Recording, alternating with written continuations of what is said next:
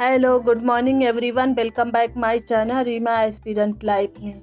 इस time morning के जो है 6:30 बज रहे हैं। चूल्हे पे चाय रखकर मैं आ गई हूँ यहाँ सब्जी काटने। मेरी मम्मी सब्जी काट रही थी, लेकिन जल्दी के चक्कर में मैं भी आके जल्दी जल्दी काटने लगी। लेट हो रहा है खाना बनाने के लिए। पहले मैं सब्जी और दाल बनाती हूँ, फिर उसके बाद जो है चावल और रोटी बनाती हूँ। आज मैं नहीं उठ पाई थी मॉर्निंग में पढ़ने के लिए। जिस दिन ज़्यादा लेट हो जाता है सोने में, इस वजह से नहीं नींद खुलती है मॉर्निंग में, इस वजह से लेट हो जाता है कभी कभी। आज मेरे 30 डेज चैलेंज का 6 डेज है। 30 डेज चैलेंज में जो मेरा 5 दिन अच्छे से गुजरा, मतलब कि अपनी स्टडी को डिसिप्लिन के साथ कंप्लीट की।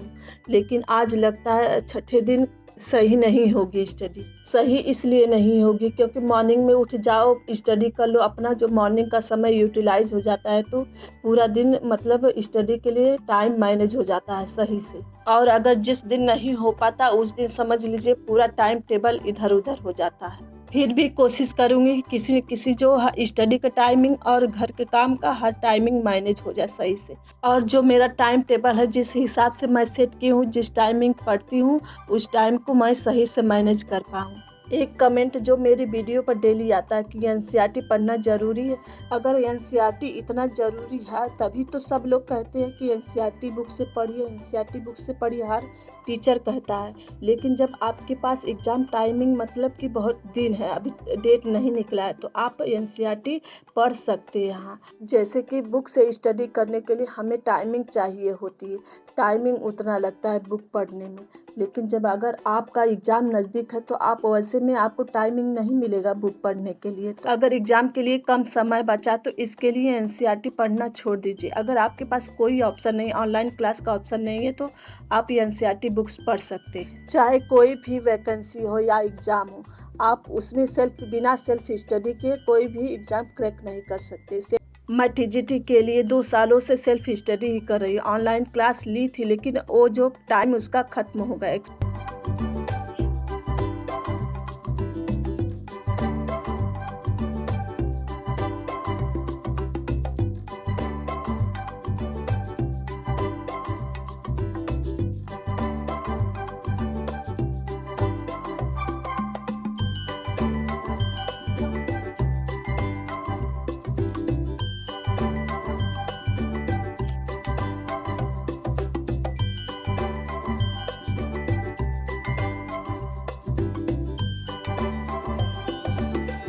मेरा घर का सारा काम खत्म हो गया। अब मैं जा रही हूँ नहाने। नहाने के बाद आऊँगी, अपनी स्टडी स्टार्ट करूँगी। यहाँ मैं आज का स्लॉट बनाने की मुझे क्या क्या पढ़ना, उसी के हिसाब से सारी बुक्स और कॉपियाँ निकाल रही हूँ। क्योंकि जब एक ही जगह सब इकट्ठा रहती है तो ठीक रहता है, इससे हमारा टाइमिंग जो बचती है।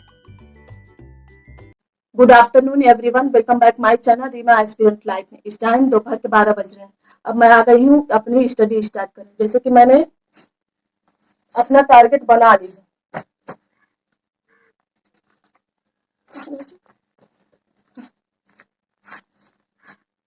जैसा कि मैंने अपना टारगेट बना लिया, अब मुझे यही फॉलो करना है आज। तो इस हिसाब से मैं स्टडी करूंगी। जैसे कि बहुत से लोगों को कमेंट आता है कि आप मेरे कमेंट का जवाब नहीं देती, रिप्लाई नहीं करती। तो ऐसे में वो सब को मतलब देखिए, अगर जो मुझे समझ में आता है, टाइम पे आ जाता है कमेंट, तो मैं उसका जवाब दे देती हूँ। जो जरूरी रहता है उसका भी कमेंट का जवाब दे देती हूँ। और जो रह जाता है तो उसके लिए मैं थोड़ा आप लोगों से सॉरी बोलना चाहिए। अगर आप लोग मुझसे जुड़े हैं, अगर मैं जानती हूँ कि आप लोग मुझसे जुड़े हैं, तो मुझे जानकारी अवेलेबल कराना मेरा एक हो जाता है, काम हो जाता है।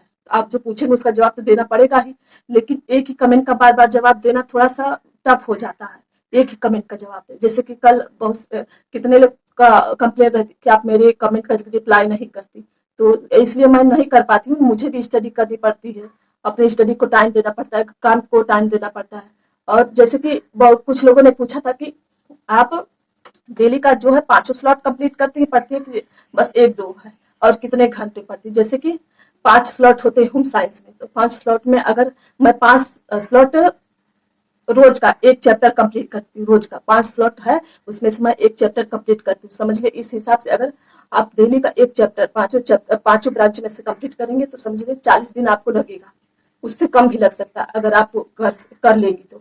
40 दिनों में आपका रिवीजन मतलब आपका जो है याद करना हो जाएगा। रिवीजन हो जाएगा आपका उतने दिनों में। जैसे मतलब कि जिनका 1-2 बार हुआ है तो उनको डीपली मतलब उतना टाइमिंग नहीं लगती, जिनको फर्स्ट बार रिवीजन करना है तो उनको टाइम थोड़ा लगेगा।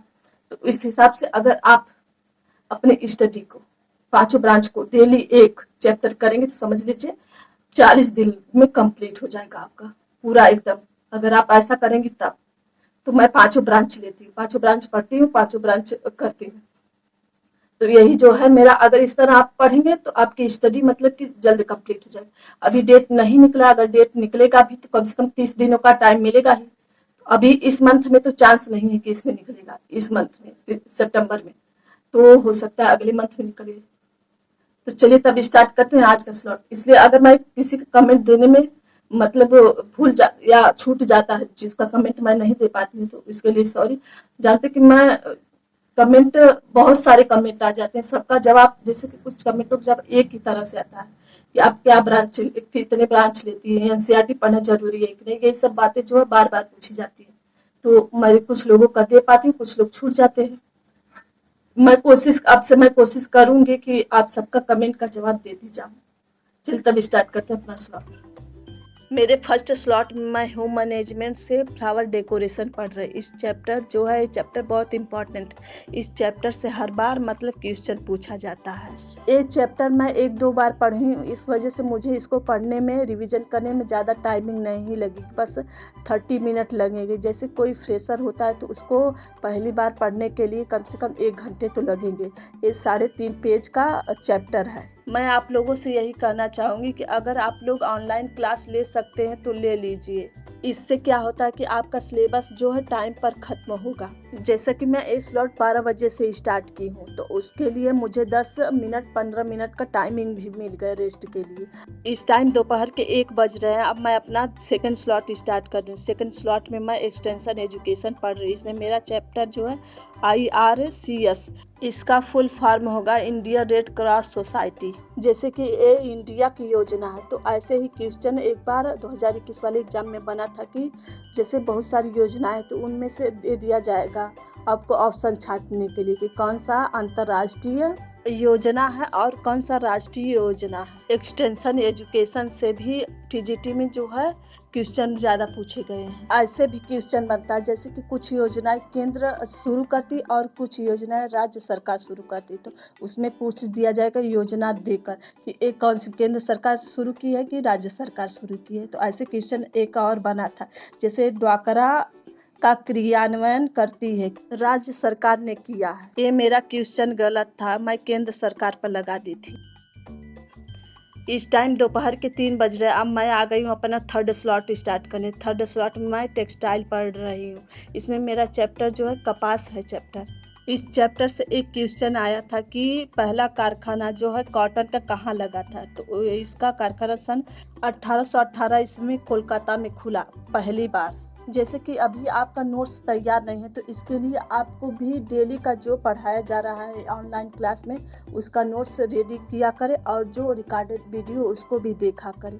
अगर आपका जैसे कि ऑनलाइन क्लास पार्थ एजुकेशन से लेंगे तो वहाँ आपको PDF नहीं मिलेगा, वहाँ आपको अपने हाथ से ही नोट्स तैयार करने पड़ेंगे। नोट्स बनाइए, रिवीजन कीजिए, प्रैक्टिस सेट लगाइए। अभी जो है एग्जाम की डेट्स नहीं निकली है, जब निकलेगी तब देखा जाएगा, लेकिन आप डेली स्टडी अपनी करती रहिए। 3 स्लॉट कंप्लीट करने के बाद मैं आ गई हूँ बाहर, कुछ टाइम रेस्ट करूँगी, उसके बाद जाऊँगी घर में, फिर अपना स्लॉट स्टार्ट करूँगी 4th।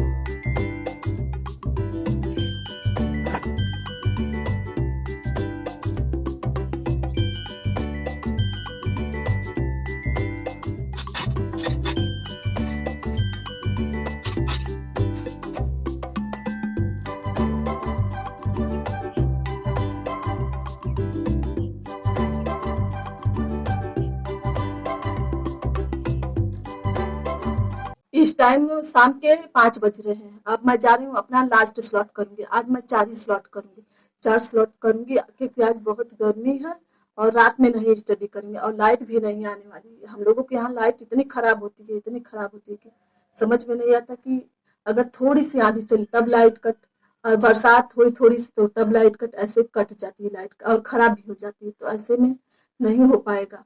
चलिए तब मैं अपना लास्ट स्लॉट स्टार्ट करती हूँ। लास्ट स्लॉट में मैं न्यूट्रिशन साइंस रहेगा मेरे लास्ट स्लॉट में मैं न्यूट्रिशन साइंस पढ़ी। इसमें मेरा चैप्टर विटामिन B12 है। इसका रासायनिक नाम होगा साइनोकोबाल्बिन। इसकी कमी से पर्नीशियस एनीमिया होता है। इसे बेरेमर्स या एडिसन बेमेमर्स एनीमिया कहा जाता है। जैसे कि मैं क्रम वाइज हर ब्रांच पढ़ रही हूँ। जैसे कि जिस ब्रांच से जितना क्वेश्चन पूछा जाता है, ज़्यादा क्वेश्चन जिस ब्रांच से पूछे जाता है वही ब्रांच मैं पहले पढ़ रही हूँ। पहले तो होम मैनेजमेंट आएगा, उसमें ज़्यादा क्वेश्चन पूछा, उसके बाद एक्सटेंशन एजुकेशन, फिर उसके बाद टेक्सटाइल, फिर उसके बाद न्यूट्रिशन साइंस, फिर उसके बाद ह्यूमन फिजियोलॉजी, फिर उसके बाद CD पढ़ूंगी। ऐसे मैं क्रम वाइज पढ़ती जा रही हूँ। आज का स्लॉट मेरा कंप्लीट होने वाला। अब मैं अपनी स्टडी यहीं बंद करूंगी।